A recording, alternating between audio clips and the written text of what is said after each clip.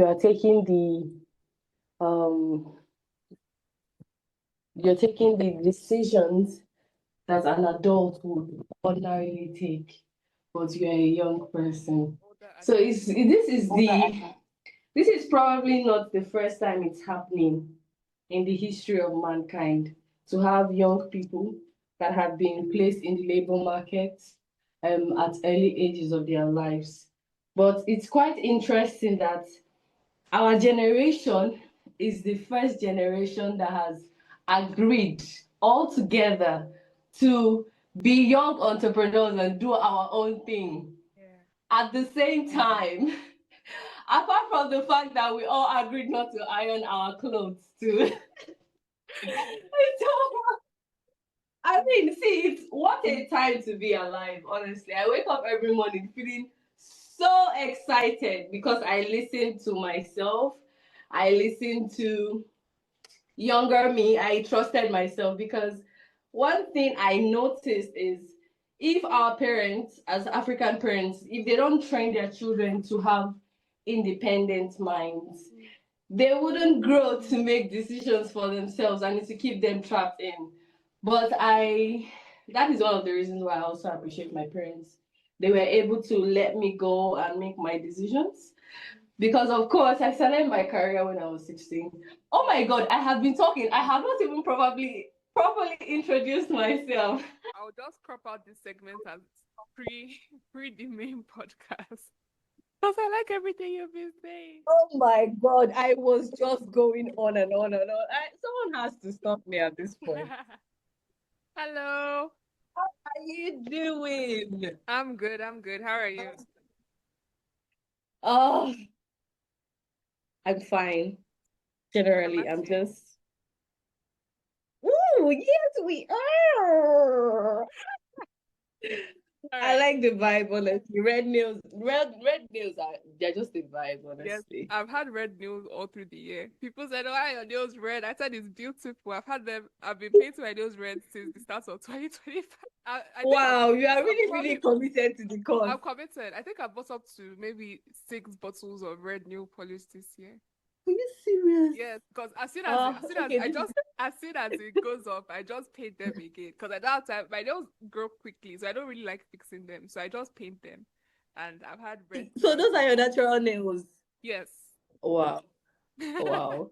See, whenever I see a natural girlie with nails, I try to encourage her, keep going. You are doing this for us.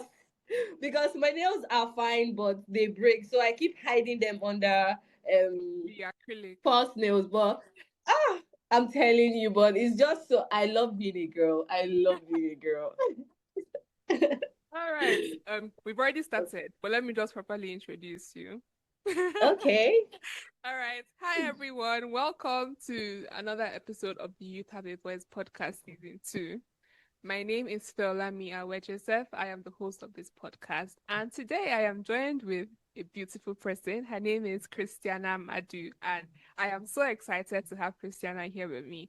I met Christianah last year at the 25 Under 25 Awards. And we've been in touch since then. And I'm so excited for you guys to know the amazing work she does. Because she's a beautiful person, but this beautiful person you're seeing here, you will not know that she really gets dirty when it comes to the work she's doing. So I'm just going to let Christianah to introduce herself to you guys so you can learn more about her and the work she does. Okay. Yeah. Hi, everyone. My name is Christianah Madu. I'm a 23-year-old founder of a solar company, and anytime I say that out loud, it sparks this hint of fear in my heart that how have I been able to do this for 4 years now? I started this business when I was in my second year in uni. I wouldn't even say uni, I was in a polytechnic. And why did I find myself in a polytechnic? Doing computer engineering when at the beginning of my lifetime, I always thought I was going to be a medical doctor. I was always reading and doing everything biology related. Oh my God, I'm going to be a medical doctor because my parents are medical personnel. But how did I find myself studying computer engineering in a polytechnic, considering registering a business in solar technology? Well, that is because there was a turning point in my life when I was 16 that changed my perspective to everything. I came into a summer boot camp and I got a 2 weeks intensive training on solar technology and ICT and other life changing skills. But something stood out to me, which was solar technology. The fact that I could do it. You mean I can bring a charge controller, an inverter, a battery, and then a solar panel, and then boom, power. Because you know, when there is lack, you always seek to fill that hole. You understand? We all try to fill holes in our lives. We all try to seek out lack and fill it. Oh, I want abundance in health. By the time you are so healthy, you want abundance in money. We all need abundance in something. I grew up in a community that lacked electricity. Oh my God. And for a child that loved cartoons, I was born in the Tom and Jerry era. What do you mean I can't watch Tom and Jerry because NEPA has taken the lights? I could not just fathom it. What do you mean I have to wait all day till night to just get a hint of 1 hour or 2 hours of the show I love to watch because we are in a society that has been left in the dark, abandoned. I couldn't take it.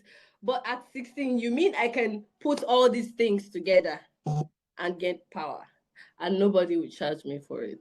Like for free. Oh, please sign me up. That was how I got into solar technology. And since then, it's been up, up, up, up, up.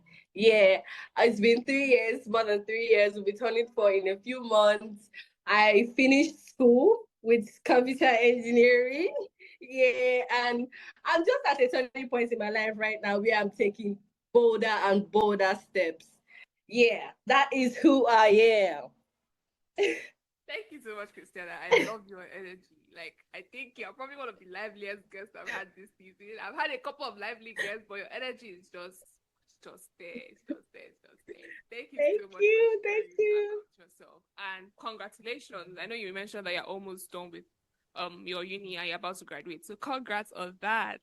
And I know Thank your you. organization is called Primevolts Solar. You've already shared Yeah. about the background why you started, and something really said that really resonated with me was talking about how when we were younger, what to watch cartoon. I think the worst part was when it used to rain when we were small, and once it rains, DSTV. The moment it rains, they're taking lights. Then you'll be watching something on DSTV. Once you're done watching that thing on DSTV, it'll take like 20 minutes for the thing to boot again. Once the light even comes back, if it Yes. comes back. If it now doesn't come back, And then you miss the most interesting parts. yes, and then Oh, there was nothing like recording it. So once you have missed it, you have missed it. Either you have to wait for another day for the episode to come back. When I was younger, there was even a time I had missed an episode. They are taking lights, and that episode I couldn't watch it again. They now brought back the episode again. Guess what? That same part I missed went off once the electricity went off.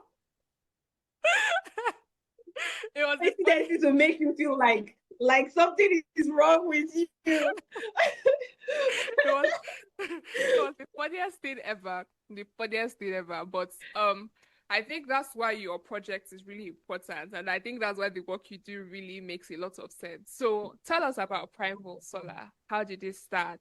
What's the main work you do? Why does it exist?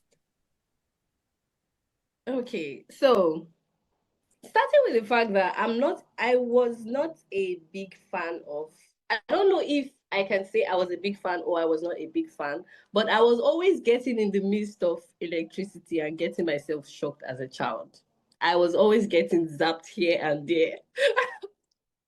Even while I was talking with my grandma, I was just stretching my hand and I got zapped by our electric cooker. Or when I tried to cook with that particular electric cooker, I got zapped again. Or the most funniest coincidences was when I went to like get food from the pot and then thunder. It was raining, and then there was lightning, and I got zapped. Is that bad? There's something about but I enjoy the concept of power generation. So by the time I got exposed to solar technology, I saw it as a thing that I could work with. I mean, it's fun. I'm the techie type of person. I grew up with technology. So, oh, you mean I can do this and just keep myself busy? Of course. So I was under the Bemore Empowered Girls Foundation, learning, and then I took on internship opportunities, and then I just one day started to put my story out there because I eventually had a cell phone and I could document my journey. Thankfully, because it's such an amazing opportunity to be able to document your journey, because you will get it as a reminder. You see it as a reminder the more you go forward. So one day, as I kept posting and posting and posting, my mentor asked me to register my business.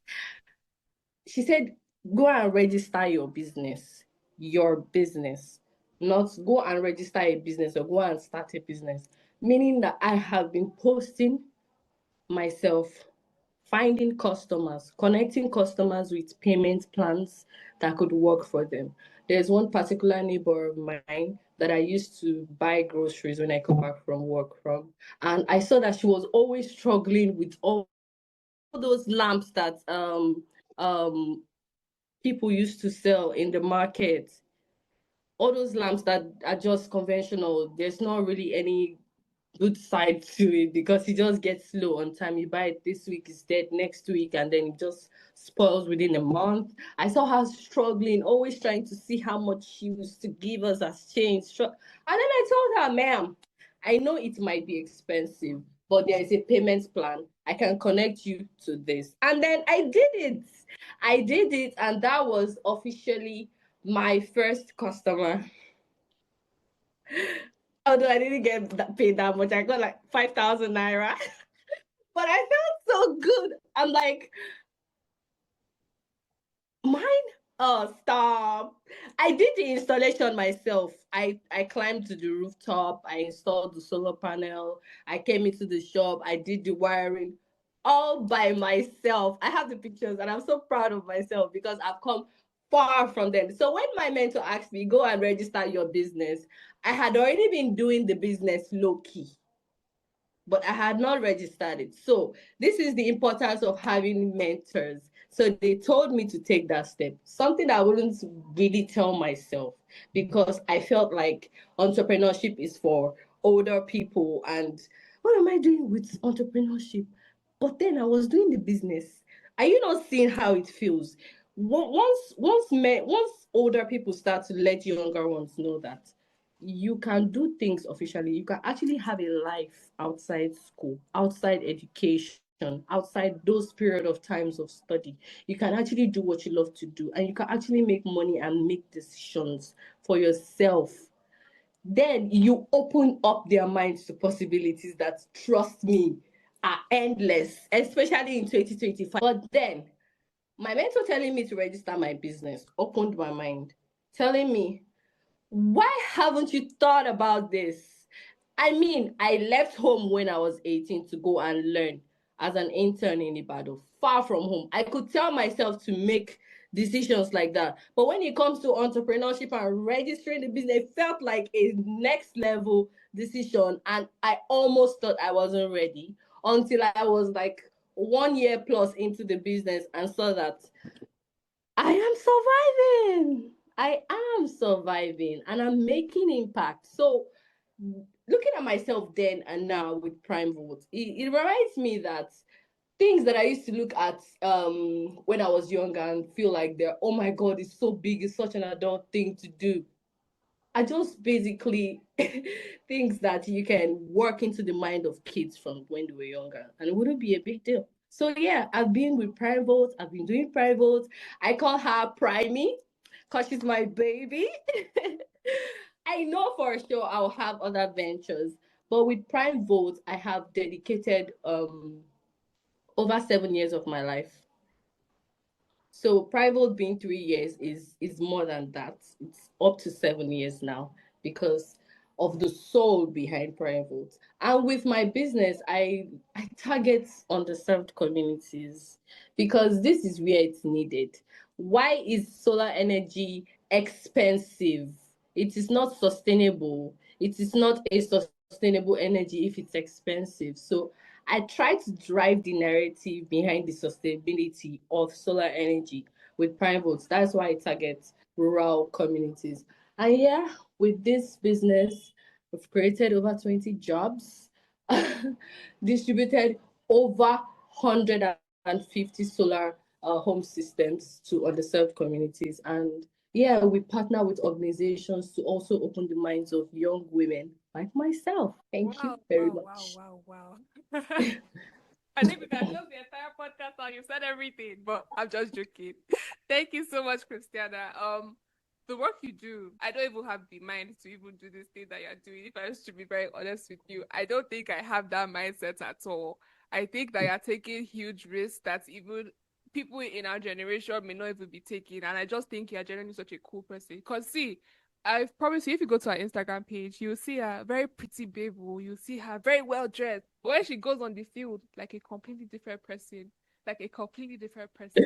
And I just think that that duality of being a girl, because yeah, I think you're a really girly girl, and at the same time, you're really just good in this solar energy work that you do. And I think something you mentioned that solar energy isn't meant to be expensive. I would really like to know more about that because I know that there are lots of solar companies that exist and they are quite expensive. So, if you were to explain to a layman how the process of creating solar energy is, how would you do that? Because a lot of people think solar energy and they just think, ah, this thing is just for rich people, it's something that I cannot even afford to have or afford to venture into. So, would you like to share more about how exactly is it created? How affordable is it, and are we being lied to that is a very expensive thing that people can't get into? Okay, for one, I think we all understand why things are expensive in the country because of the imports. Of course, painfully, Nigeria has not had an official manufacturing industry for solar panels. So they basically assemble. There is one in country now, but they assemble. So there is no manufacturing, and we have silicon. Solar panels are made of silicon, by the way. But the issue is in a solar energy system, I'm about to go technical, so please bring out your pens in case you get this question again. A solar energy system is made up of four major components: panel, battery, charge controller, and inverter. The function of the panel is to convert sunlight to electricity. The function of the battery is to store electricity, right? Like our phones. The function of the charge controller is to control the electricity coming from the solar panel. It's the regulator, back and forth, because electricity flows, it will flow. So if there's no charge controller, it will flow into the battery and flow out of the battery. So that's why we have the charge controller. And then lastly, the inverter is the one that converts the electricity to what we can use in our house. The solar panel and battery combination will give you direct currents. But what we use majorly in our homes are alternative current um, appliances. So that is why we have the inverter. The main reason why solar energy systems are expensive at the moment is because batteries they skyrocketed in 2021. A battery that was literally about 120,000 naira as of January 2021. By January 2023, it was about 200,000 naira plus. Right now, it's going to 300, 400. So imagine you need a solar energy system and then you need about four batteries to power the appliances in your house. Can you do that calculation already? And that is just on battery. And then for the panels, you need like twice the size of the battery. If you're doing four batteries, let's say you are using 500 watts. You need at least 10. At least if you are making a mistake, you need at least 10 pieces. And panels alone, you can get the price of, I think, about 100,000 naira. So before you get a standard solar energy system that is going to power your house, your freezer, your TV, your inverter AC. Remember, I said inverter AC, not just ordinary AC. Your power home system. Before you are done, you'd be seeing 4 million, 5 million naira. What average Nigerian has 4 million or 5 million naira to just put away just to power their appliances, power their homes, and power their opportunities they can derive while in comfort of their home? My mother lost her business due to this same case. She used to run a yogurt business, and it was the best feeling ever. It gave her freedom. We cannot overemphasize how much freedom financial independence gives to women. It makes you free, it makes you strong, it makes you smart. My mom had a business that created jobs for families. People would come, take products. She would even give them on payment plans. They come, take products, sell, and then come and give her. It was going well. But then remember, it's an underserved community. So whatever they give us, we can't even complain. We can't even if we complain, no one is going to really take us seriously. That place, I beg. It wasn't until I turned 18 that I realized there was something called a metering system. So you can actually pay to have electricity at your own wish. Oh, we will have lights from this time to this time, and you're sure. The thing is, you wouldn't realize how much of a blessing or say of an opportunity that is until you've lived it. And guess what? I grew up to it. My mom losing her business it just stopped an arm of thing that I was looking at. And then I'm like growing older and then seeing how life is turning out. And then you see that even if there's a solution, it's so expensive still. So what are we doing? SDG 7 is affordable and clean energy. There's a reason why it's affordable and clean energy. Then why is it expensive for us? So we are looking at all these things. And that is the reason why there has to be reforms, opportunities for businesses to access financing to help communities like this thrive with energy. Because trust me, Nigerians don't understand what 24 hours of electricity will do to you. And it sounds funny. It sounds like lights. Because, Aba now has good electricity supply. The rest of Nigerians are like, good for them, good for them. What would they do? They'll start freezing their water. Nigerians started sharing off the bottle of water in their fridge, so frozen. And then I'm looking, people are talking down on the fact that, hey, what happened to electricity? Must you have 24 hours of power? If I catch you tweeting that thing, and I'm talking to this person, I don't know if this person will ever come across this video or you've ever had that thought. If I catch you and I will have serious issues. Because what do you mean it is only water that they will be freezing? I have been to a community that was second to never making it to limelight. Because trust me, not one grid pole is installed there. It's a riverine community. And the only thing they work with is petrol alternatives, that is generators. Children in that community don't know electricity. They don't have relationship with it. They don't have relationship on how to use electricity to do things. You would give them a torchlight and money and they would choose that torchlight because it means something. There is no light bulb. But then, by the time I was done, because it was a mini grid volunteering opportunity, by the time I left that community after we were done, I went there about 3 weeks ago. And then I could not recognize it anymore. Businesses have opened, more businesses, more fueling stations around. And this community is built on top of water. So you know that this ecosystem is blooming already because of power, and you're telling me it's pure water that we use it for. Oh, stop it. Stop it.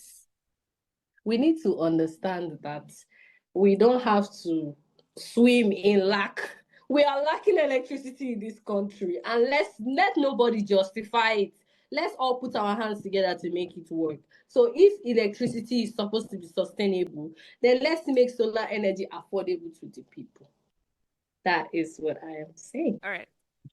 So you said a lot right now. You've spoken about the lack of awareness, which I think is actually a clear problem that a lot of people don't even understand when it comes to the components of electricity. A lot of people are not educated on that.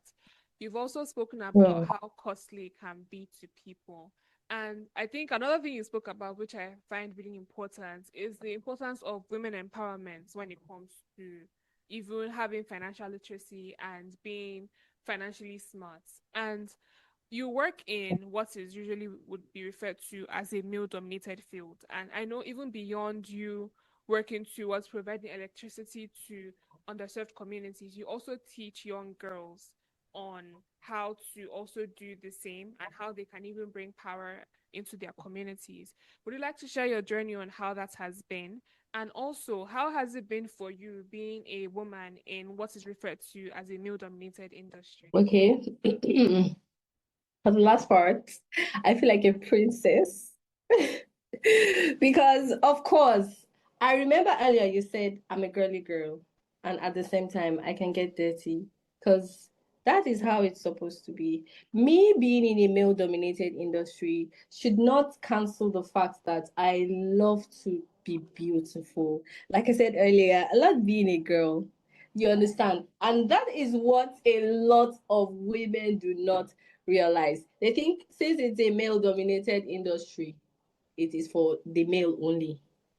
No, and this is not to blame them. It's to look at the upbringing of most of them.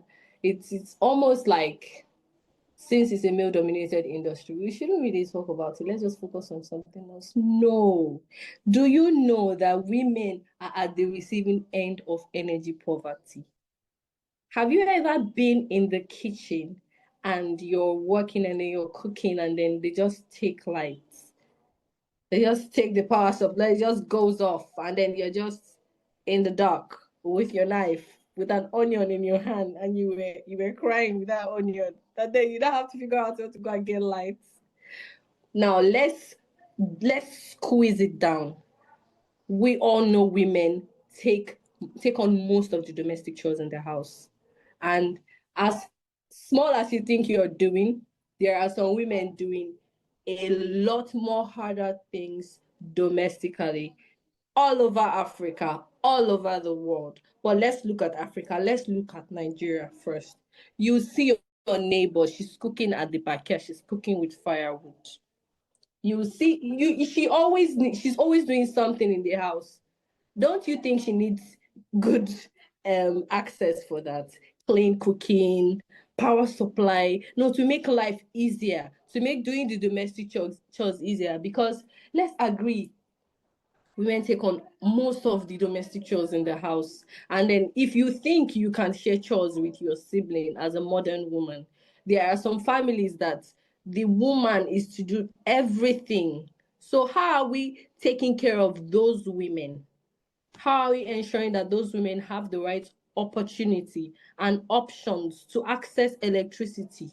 Now, that is on one side of women being the receiving at the receiving end. If we are at the receiving end, are we not supposed to be on the table of discussion? How are we going to be on the table of discussion if we are not educated that we belong on the table? I have trained over 100 girls. And then I noticed that there's something about me that catches their eye just on the first day. For example, this was a crazy one for me. I went for a program in Delta State. It was an all girls school. I was just sitting waiting outside with the team, and then as they were coming into the hall, someone look at me, smile at me, great, look at me, smile, great, or anyway. But when they called me to the stage to speak to them, the girls were clapping and hooing for me, like they know me from somewhere. And then I realized that girls have curious minds. They want to see who is this lady that is so outspoken. Oh my God, I want to be so outspoken. Every girl wants to be outspoken, but we are not realizing that it needs to start from the base family.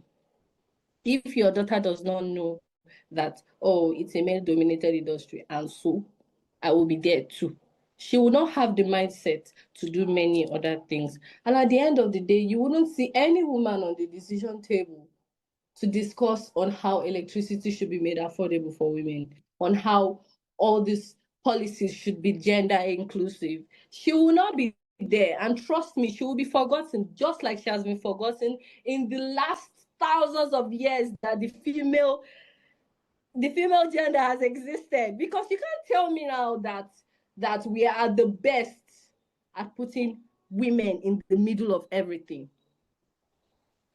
Till today, we are still fighting. We're still fighting against rape. We're still fighting against harassment. We're still fighting against policies that don't do women good. We're still hearing from the Taliban and what they are doing to women. We are still fighting for women to exist peacefully till today. And you mean to tell me now that if I give birth to a daughter today, I wouldn't ingrain in her soul the seed that she belongs on every table of discussion that affects her life and affects her generations to come? You see, that is what we have mentorship platforms for. And I truly appreciate the fact that I started with a mentorship platform.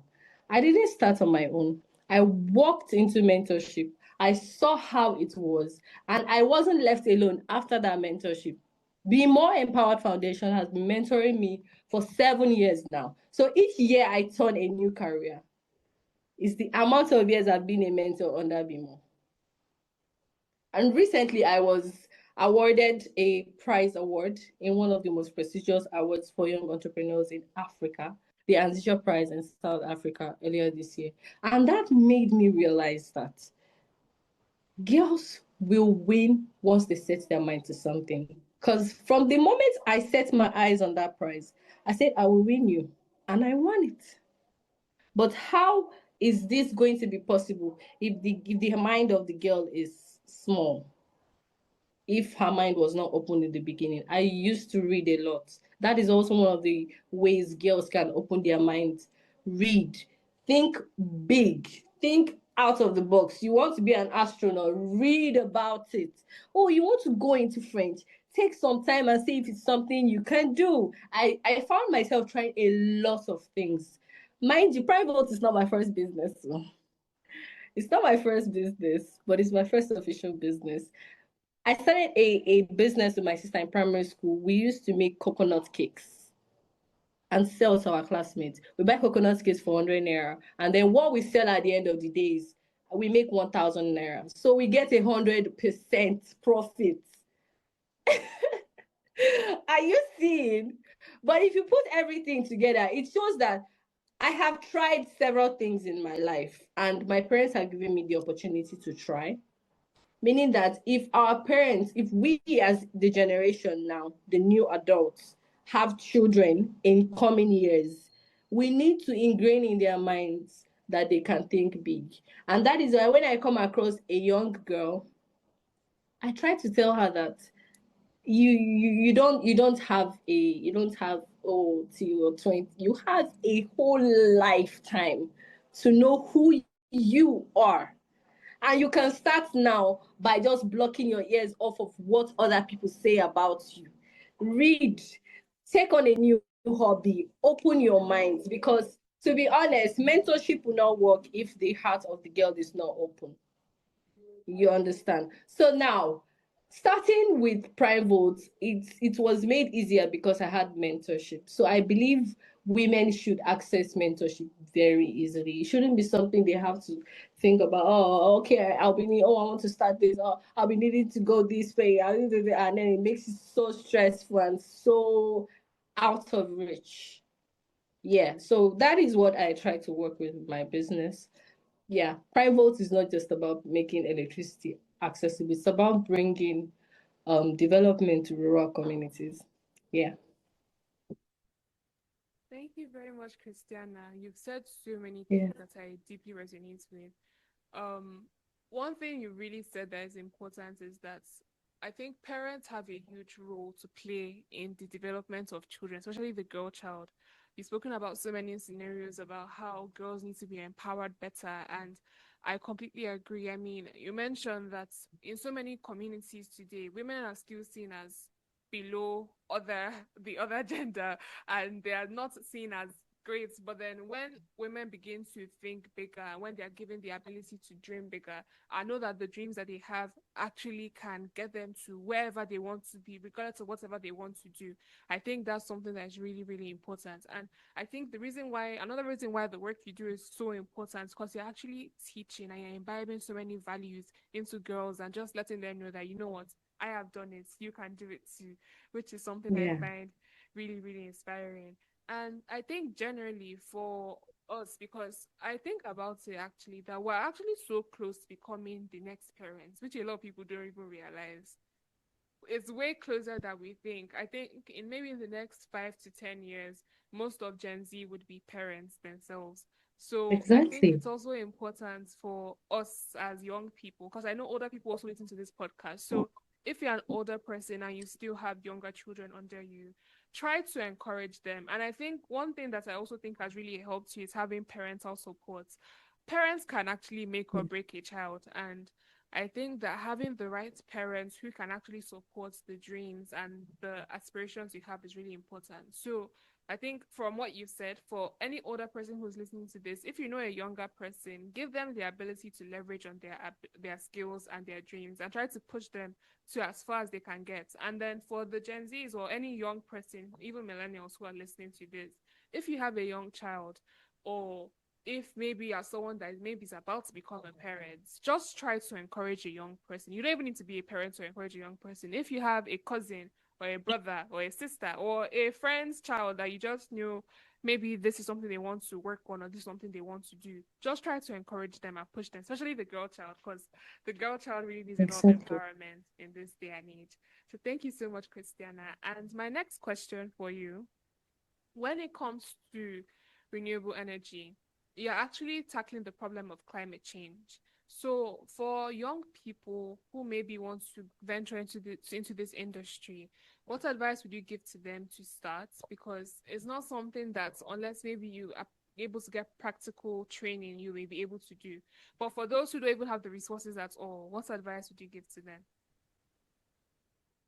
Okay, there are two ways to go into, or two ways that I've observed to go into this sector that I work in. I went in through mentorship, which is training, and some people could go into this sector through sales, basically sales. So it's okay, mentorship, sales, or you yourself being someone that likes to go to volunteering opportunities.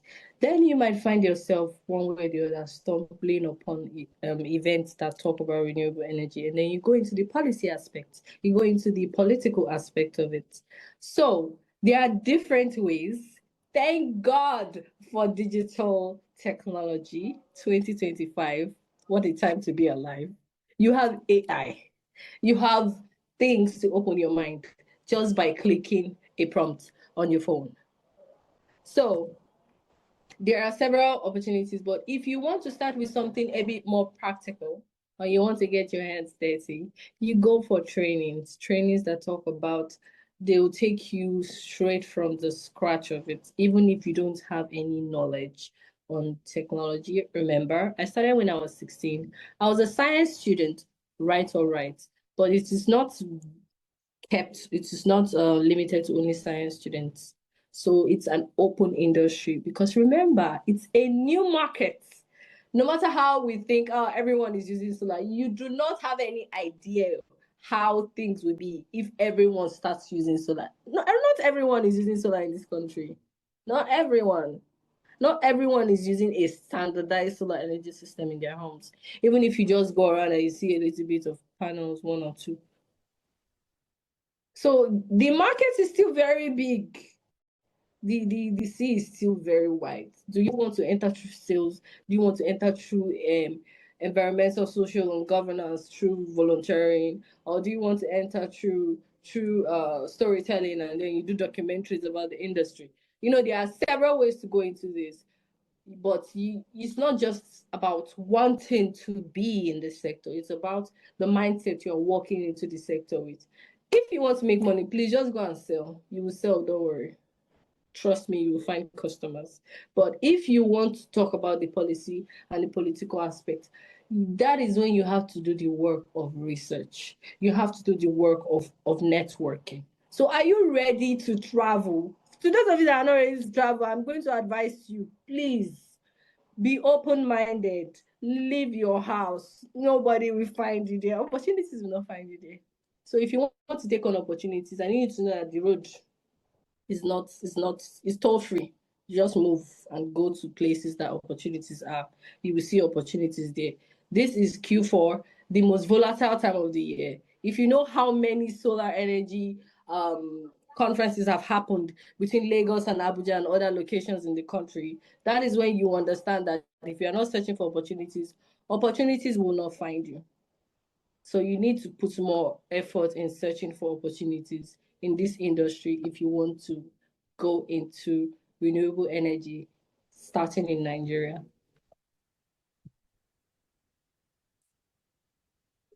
Thank you very much for sharing, Christiana. And I think my next Yeah. question for you would be looking into what your work entails, because I mean you carry many hats, yeah, into entrepreneurship, yeah, into the nitty-gritty of the policies itself, you're into even the installments of these energy into these communities, and then into the teaching aspects. And I know that when you started, even though you're almost done with school, you also did it while balancing being in school, balancing traveling, and so many other things. And for a lot of young people, there's always this problem of balance. Where do I have the time to do any of these things? How do I even begin? So, what advice would you give to any young person who maybe wants to start, but when it comes to the balance of things, it's just something that they don't think is feasible? What advice would you give to them? Okay, so I need you to know that I was running my business while in school. So I did the entire school round while doing the business. You would find chance to something, you would give space, chance to something that you're interested in. Trust me. You don't have to, and I say, oh, you travel, and then don't take it the wrong way. But if you don't have the opportunity to travel, you have the opportunity to see the world through your phone. So if you can, I've spent 23 years of my life in this same state I was born in, but I have traveled beyond then. But when, even on the days I don't travel, I see the world through my phone. Take on online volunteering opportunities, my dear. It's like water. United Nations volunteering opportunities open. There are so many climate change foundation that you can join. You can start doing a lot of things with your phone. Your phone.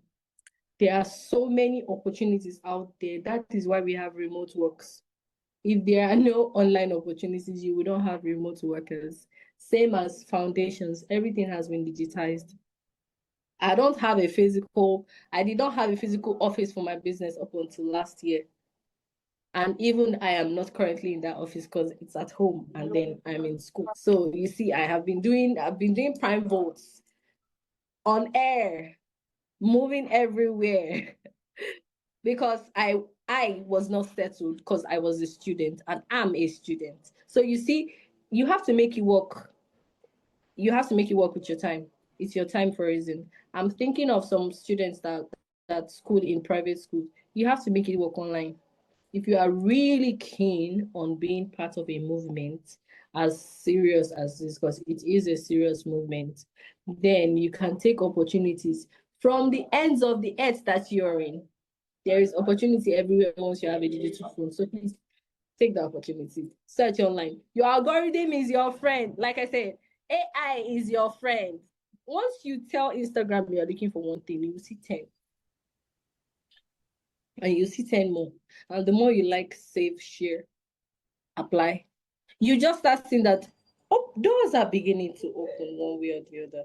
I'm beginning to get a hang of this. You find yourself having conversations in these spaces more and more and more. And then you find yourself one day fully embedded in a system that you always wanted to be a part of. Now ask yourself, if you did not take that step, will this be your future? So yeah, you should take that opportunity today. And might I add, to just add it as a cherry on top on taking opportunities online, the Anzisha Foundation, the Anzisha Prize Program with MasterCard Foundation, one of the biggest awards for African young entrepreneurs. 6 months into starting my business, I applied online. I saw it on Instagram. I was using Instagram as my tool for search for opportunities. I saw it on Instagram. I applied. I got in. And it has just been a skyrocket upwards from then on. So take the opportunity today.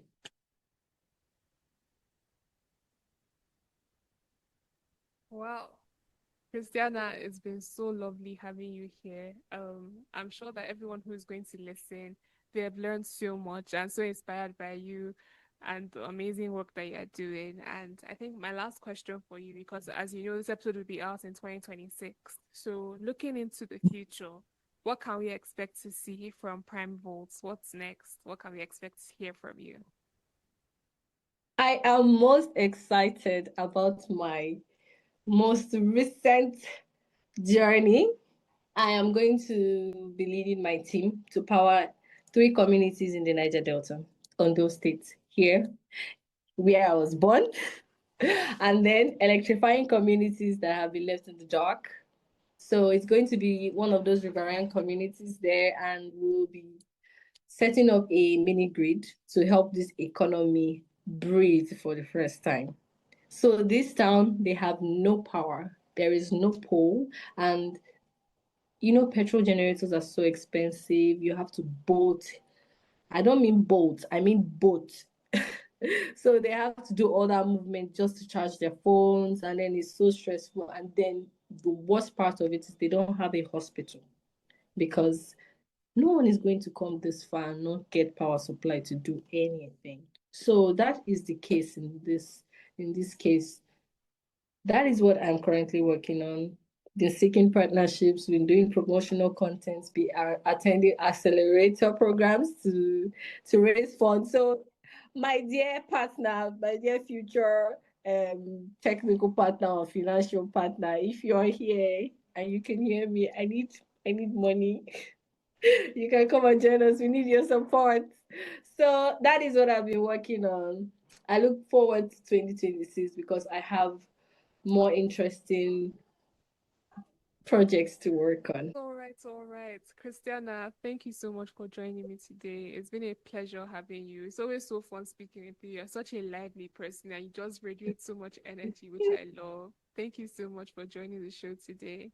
We'll be linking below how to support Christianah. So make sure you follow her on Instagram. On where else can we find you? Where can we find you on social media? Oh, you will find me everywhere because I'm everywhere. I try to be everywhere. You find me on Facebook at Christianah Madu. You find me on Instagram as Christianah Madu. You'll find me on TikTok at Fechi Madu. You find me on LinkedIn at Christianah Fechi Madu. Anywhere you see Christianah Madu, I am the one. Don't worry. You will see me. You will just recognize me immediately. So please join my platform, help me push this narrative. Let's create an inclusive future for Africa. Thank you. Thank you. And also make sure you follow Primevolts on social media too. Very, very important. So we'll Oh, be yes. Oh, yes. And follow Primevolts, please. Primevolts Solar. It's that simple. Primevolts Solar. Everywhere, everywhere, everywhere. Primevolts Solar. Thank you. Yes, yes, yes, yes. Thank you so much, Christiana, for joining me today. And thank you so much for everyone for listening and tuning into today's episode. Make sure you like, comment, and subscribe. Christiana, you're officially our final guest for this season. So thank you so much for joining. Thank you so, so much. Yay! Yes, Thank you. I'm so glad to be here. yes. All right. Thank you, everyone. Thank you very much, everyone. And we will see you in the next episode. Goodbye. All right. Bye. Bye.